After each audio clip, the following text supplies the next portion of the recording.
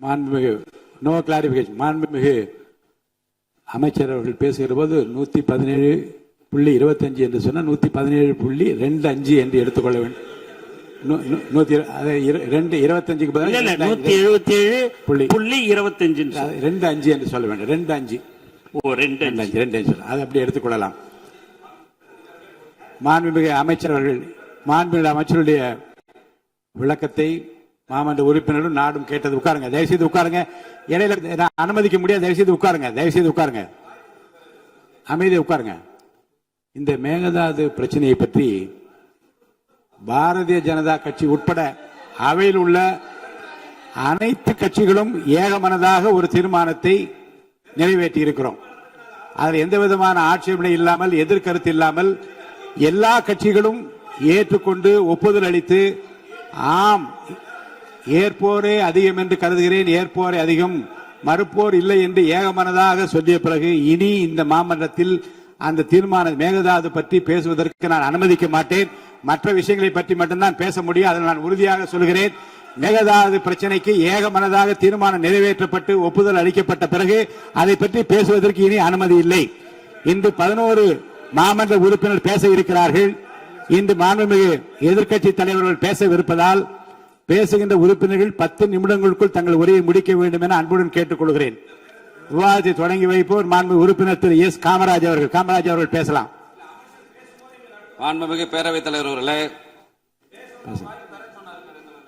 முதலில் இன்று தனது பிறந்த நாளை கொண்டாடும் மாண்புமிகு தமிழ்நாடு முதலமைச்சர் அவர்களுக்கு எனது உங்களுடைய கட்சியினுடைய உறுப்பினர் பேச இருக்க, அவங்க பேசும்போது பேச நீங்க உட்காருங்க, தயவுசெய்து உட்காருங்க, அவங்க பேசலாம். சமூக நீதி நான் மீண்டும் சொல்கிறேன், விதிகளுக்கு உட்பட்டுத்தான் இந்த மாமன்றம் நடந்து கொண்டிருக்கிறது. மேகதாது பிரச்சனையை பற்றி இனி பேசுவதற்கு யாருக்கு அனுமதி இல்லை. நீங்க பேசுங்க. மாண்புமிகு உறுப்பினர் காமராஜ் பேசுங்க. நீங்க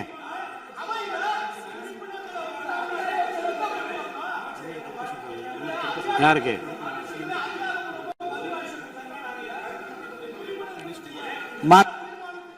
உறுப்பினர் கணேஷ்குமார் சொல்லுங்க. மாண்புமிகு உறுப்பினர் கணேஷ்குமார் சொல்லுங்க. ஆனா மேகதாது பிரச்சனை பற்றி நீங்க பேச அனுமதி இல்லை. மாண்புமிகு பேரவைத் தலைவர்களே, பிரச்சனை குறித்து நாங்க வரல, தீர்மானத்துக்கு நாங்களும் முழு ஆதரவு தான். தமிழ்நாட்டுடைய ஜீவாதார பிரச்சனைக்கு அரசு கொண்டு வரும் அனைத்து முயற்சிகளுக்கும் பாட்டாளி மக்கள் கட்சி 100% உங்களுடன் உறுதுணையாக தான் இருக்கும்.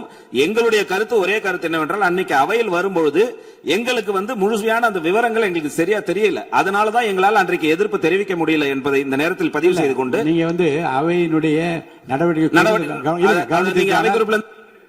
இல்ல, ஏன்னா எதிர்கட்சி கொறடா அவர் சொல்லும் போது அன்னைக்கே பிசினஸ் முடிஞ்சிருச்சு, நீங்க அன்னைக்கே சொல்லிருக்க வேண்டியது தானே அப்படின்னு கேட்டாரு. நாங்க அது உள்ள கூட நாங்க வரவில்லை.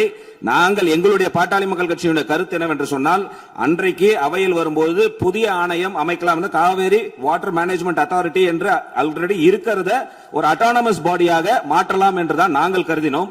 அது அப்படி இல்லாம மேகதாதுவுக்கு என்று தனி ஆணையம் அமைக்கலாம் என்ற அந்த திருத்தத்தை மாண்புமிகு எதிர்க்கட்சி தலைவர் அவர்கள் கொண்டு வந்ததை நாங்கள் அது இந்த அரசின் ஜீவாதாரத்திற்கு எதிராக நாங்க பார்க்கிறோம். ஏனென்று சொன்னால், சட்டத்தின் மூலமாக ஆல்ரெடி தீர்ப்பு பல தீர்ப்புகளின் அடிப்படையில் இன்றைக்கு அந்த அத்தாரிட்டி செயல்பட்டு கொண்டிருக்கிறது. அந்த அத்தாரிட்டியில கிடைக்க வேண்டிய உரிமையே நமக்கு இன்னைக்கு கிடைக்கல.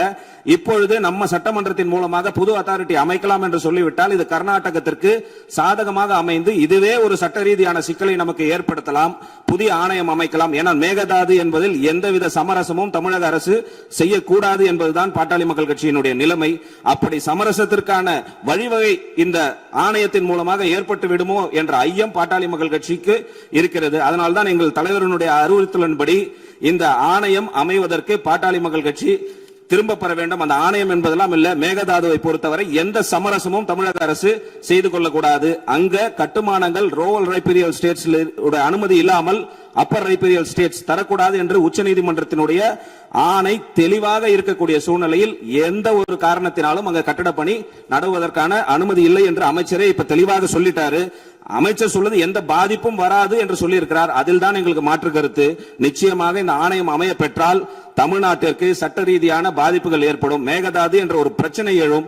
அந்த பிரச்சனை எழுவதற்கே தமிழக அரசு அனுமதிக்க கூடாது என்பதை இந்த அவையில் நான் பதிவு செய்துவிட்டு, பாட்டாளி மக்கள் கட்சி அந்த ஆணையம் அமைப்பதற்கு 100% எதிர்ப்பை பதிவு செய்கிறது என்பதை தெரிவிக்க விரும்புகிறேன்.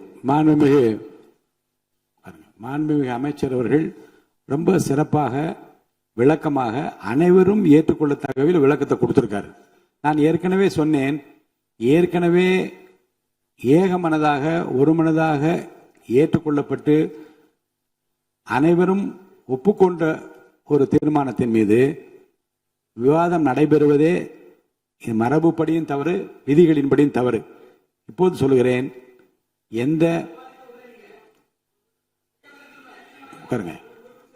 அன்று நடந்த விவாதத்தின் போது நடந்த நிகழ்வுகள் அத்தனை பேருக்கும் தெரியும்.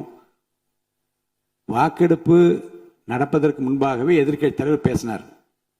எங்களுடைய இந்த திருத்தத்தை ஏற்றுக்கொள்ள வேண்டும் என்று விளக்கினார். நீங்க அப்போ கையை உயர்த்தி அவருக்கு நீங்க குறுக்கீடு செய்து நீங்கள் சொல்வது ஏற்புடையதாலே என்று பேசியிருக்கிற வாய்ப்பு உங்களுக்கு இருந்து அப்போதும் அதை செய்யவில்லை. திருத்தங்கள் திருத்தங்கள் திருத்தங்கள் திருத்தங்கள் புரியுது. குறுக்க நீங்க முடிக்கிற குறுக்க பேசுறீங்களா? அப்ப நான் எப்படி பேசுறது? அமைதியா இருங்க. நான் பேசி அது நீங்க பேசுகிற போது சொல்லுங்க. இப்ப அடுத்து திருத்தங்களுடன் இது ஏற்கப்படுகிறது, ஏற்போர் ஆமேன்க என்று நான் சொல்லுகிற போதாவது திருத்தங்களில் எங்களுக்கு உடன்பாடு இல்லை என்று யாரா கையை உயர்த்தி பேசி இருக்கலாம். அதுவும் நீங்க பேசவில்லை. மாண்புமிகு முதலமைச்சர் அவர்கள் தன்னுடைய தீர்மானத்தை திருத்தங்களுடன் என்று படிக்கிற போதும் யாரும் ஆட்சேபனை தெரிவிக்கவில்லை. இதெல்லாம் கடந்த பிறகு ஏகமனதாக என்று இந்த செய்தி எல்லாருக்கும் தெரிந்து, மக்களுக்கும் தெரிந்து, நாட்டுக்கும் தெரிந்து, ஏட்டில எல்லாம் வெளிவந்த பிறகு இப்படி திருத்தங்களை பற்றி பேசிக் கொண்டிருப்பது சட்ட விதிகளுக்கு முரணானது, நம்முடைய உணர்வுகளுக்கு முரணானது, தமிழர் உரிமைக்கு எதிரானது என்று நான் கருதுகின்றேன். மேகதாது பற்றி இனி பேசுவதற்கு இங்கே அனுமதி இல்லை.